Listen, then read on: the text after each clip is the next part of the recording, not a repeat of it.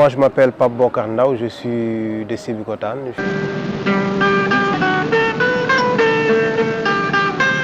À Sébikotane, on peut dire qu'il y avait une forêt quand même dense entre les différents villages, surtout entre Toglou, ce qui est aujourd'hui Toglou Gandoun et ce qui est aujourd'hui Sébikotane.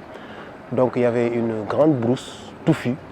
Moi, ma mère m'a raconté qu'avec sa grand-mère, elles allaient à la chasse déjà. Il y avait des biches. Et moi, j'ai entendu, j'étais là quand il y avait des hyènes qui hurlaient. Donc cela montre que c'était une forêt dense, avec des animaux, des arbres divers. Voilà.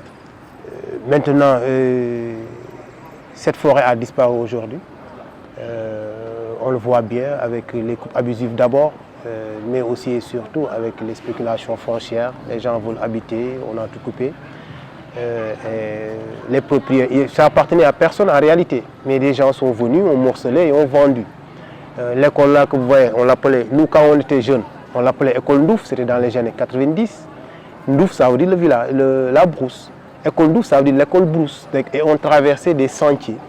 On devait passer par des arbustes, des herbes, on revenait les habits avec des crams, des herbes, etc. Aujourd'hui, c'est entouré de maisons. Ça donne une illustration déjà. Ça montre comment la forêt a été détruite. Voilà, comment les habitations ont pris la forêt, ont pu prendre le dessus sur la forêt. Il n'y a même plus de forêt ici à Sébikotane quand on dit vrai. Cette forêt aussi qui semble être classée va être, qu'on le veuille ou non, déclassée puisqu'il y a des constructions tout autour et jusque là-dedans. Donc les populations demandent à ce qu'on déclasse, ce qui veut dire que nous assistons à la mort de la forêt, ce qui est évident. On perd tout Sébikotane parce que Sébikotane c'était aussi le grenier de Dakar.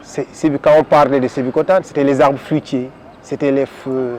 Quand on parlait aussi des villages Safen sans champ, un Safen sans champ, un Safen sans terre, c'est rien. Sans la forêt aussi, on pouvait faire de la cueillette. Les Kinkeliba qu'on vendait à Dakar, c'est les Safen qui avaient l'apanage de ça, les Kinkeliba. Mais il n'y a plus de champs, il n'y a plus de forêt où prendre des Kinkeliba. On est obligé d'en acheter nous, comme les autres aussi.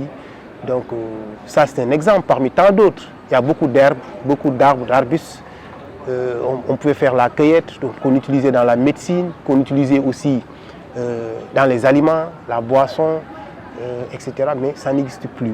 Et ce qui fait qu'il y a toute une part culturelle qui est coupée de Sébi, mais aussi toute une histoire avec. Parce que les enfants ne savent plus quelle était la configuration de Sébikotane, quel était voilà, ce qui faisait plaisir à Sébi. Nous, il y a beaucoup de plantes. Nous, on allait dans la forêt pour chasser des lapins, quand j'étais plus jeune d'abord, mais il n'y en a plus. Les Kinkeliba, c'est des feuilles qu'on fait bouillir pour le petit déjeuner. C'est du thé en réalité. Mais tout le monde en connaît ici.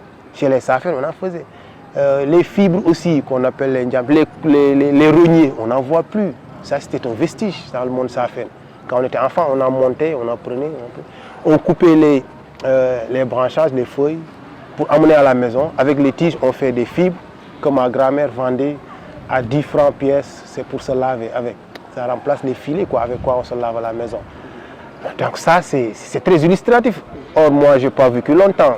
Ce qui veut dire qu'il y a toute une histoire qui est partie avec. Les enfants ne savent plus, voilà, on est dénaturé, il n'y a plus une âme.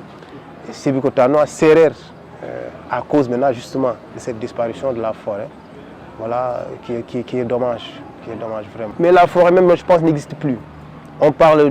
Il y a une petite forêt qu'on a classée, mais à part ça, il n'y a plus rien. Et même cette petite forêt, les gens sont en train de grignoter. Donc il n'y a plus d'arbres. Voilà, il y a quelques arbustes, voilà, par-ci, par-là, clairsemés. Il n'y a plus d'animaux. Les hyènes, on ne les entend plus hurler la nuit. Il n'y a plus de lapins, mais il n'y a plus rien donc. Donc le paysage, je pense que le paysage a disparu tout simplement. Ce qu'il y a à faire, c'est justement de limiter, c'est de garder au moins un espace vert. Chaque village, chaque ville, chaque commune a besoin au moins d'un espace vert. De garder ça encore comme patrimoine pour les générations à venir. Mais aussi ça, il faut les encadrer. Pour cela maintenant, il faut que la spéculation foncière là, il faut que l'État aide les mairies à mieux gérer ça. Les gens coupent où ils veulent, comme ils veulent. Ensuite aussi, je pense qu'on peut recréer aussi des forêts, des espaces verts dans les quartiers, espace vert communal, voilà, encourager les reboisements. Je pense que le sol de Sébikotane, voilà, c'est un sol qui est très riche. Donc on devrait penser au reboisement et autres. On n'a pas tout perdu, quoi. On se rappelle le paysage du Pache. Moi, à chaque fois que je passe là-bas, je me rappelle les champs de mandarines, où j'allais là-bas, les champs de mangue, les pains de singe, ces baobabs, on allait jusque là-bas pour en chercher. Et ça n'appartenait presque à personne, ces pains de singe-là. Bon, les mandarines, j'avais un ami dont le père avait un champ là-bas. Et on allait là-bas, passer la journée, manger, revenir le soir. Mais tout ça, j'ai pris une certaine nostalgie quand je repasse là-bas. Franchement, Sébikotane est devenu, si vous voulez, la décharge de Dakar. Vous sortez de Dakar, Sébikotane, c'est la sortie. Et donc, c'est le seul espace qui est resté habitable. Et les gens viennent en masse pour habiter. De même que aussi les entreprises, ils viennent s'implanter. Et en s'implantant avec eux, les pollutions, les déchets et tout. Il y a une année, on a refusé ici, c'est-à-dire une usine d'enfouissement des déchets. On voulait les déchets de Dakar pour les amener ici, les enfouir. Mais la population a refusé et les maires avec. Vous voyez, ça c'est des dangers qui nous guettent. Il y a aussi d'autres usines qui sont là et qui certainement polluent, ça c'est certain, on le sait.